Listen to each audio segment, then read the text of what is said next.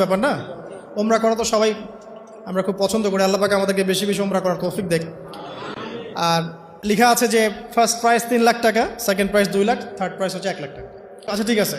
তারপর টানা 4 কি 5 মাস দৈনিক 10 থেকে 12 ঘন্টা করে পড়েছে। টানা 4 থেকে 5 মাস দৈনিক 10 থেকে 12 ঘন্টা, নাওয়া খাওয়া সব ওখানেই। আর যতটা সহজ মনে করছেন আসলে কিন্তু প্রতিযোগিতা অত সহজ নয়। আসলে যে কোনো জায়গা থেকে প্রশ্ন আসতে পারে, আকিদা, সিরাত, ইতিহাস, এটা ওইটা অনেক টপিক, প্রায় 36টা বিভাগ আছে। তো আলহামদুলিল্লাহ কীভাবে জানি আস্তে আস্তে উঠতে পারলাম। গিয়ে দেখলাম যে হ্যাঁ, টিভি রাউন্ডে চলে গেছি। আমি তেমন কিছুই করি নাই, আমি শুধু পরিশ্রম করেছি, আল্লাহর কাছে বেশি থেকে বেশি দোয়া করেছি যে আল্লাহ আমার ঋণ আছে, ঋণ শোধ করতে হবে একটা। এবং আমি চাচ্ছি যে এই প্রোগ্রামের মধ্য দিয়ে দিনের একটা বড় সার্কেল পাওয়া যায়, দিনই প্ল্যাটফর্ম পাওয়া যায়। তো আলহামদুলিল্লাহ আল্লাহ পাকের ইচ্ছায় সেখানে একটা ভালো রেজাল্ট হলো এবং সেখানে ওমরাও করা হলো আলহামদুলিল্লাহ।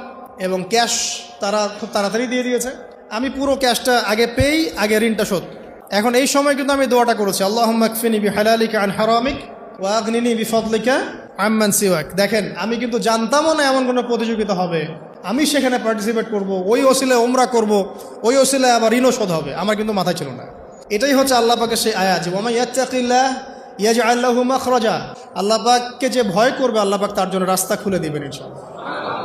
ওয়া ইয়ারযুকুহু মিন হাইসু লা ইয়াহতাসিব, এবং এমন উৎস থেকে আল্লাহ পাক রিজিক দিবেন যেটা সে কল্পনাও করতে পারে না। এটা আল্লাহ পাক তাওয়াক্কুল রাখেন। জাস্ট ওই ইসমাঈল আলাইহিস সালামের মায়ের মতো হাজরা আলাইহিস সালাম ইব্রাহিম আলাইহিস সালামকে বলছেন আপনি আমাকে এখানে ছেড়ে যাচ্ছেন কি জন্যে?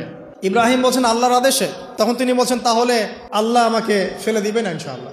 সেই মায়ের গর্ভ থেকে ইসমাইলের মতো সন্তানের জন্ম হলো, যেই সন্তানকে বাবা বলছে যে আমি তোমাকে জবাই করছি, স্বপ্নে দেখেছি, ফানজুর মাযা তারা, তোমার রায় কি? সে বলছে ইয়া আবাতি ফাআল মা তু'মার, আপনাকে যে আদেশ করা হয়েছে আপনি সেটাই করেন। সাতাজিদুনি ইনশাআল্লাহু মিনাস সাবিরিন, ইনশাআল্লাহ আপনি আমাকে ধৈর্যশীল পাবেন। দেখেন কোন মায়ের গর্ভ থেকে কোন সন্তান। তাকে কি বাবা মানুষ করেছিলেন? না, তাকে তার মা মানুষ করেছে। তো ওই রকম তাওয়াক্কুলকারিনী হাজরা আলাইহিস সালামের মতো মা যদি ঘরে ঘরে থাকে, বোন আর স্ত্রী ঘরে ঘরে থাকে, তখন ইসমাইলি প্রজন্ম আসবে ইনশাআল্লাহ।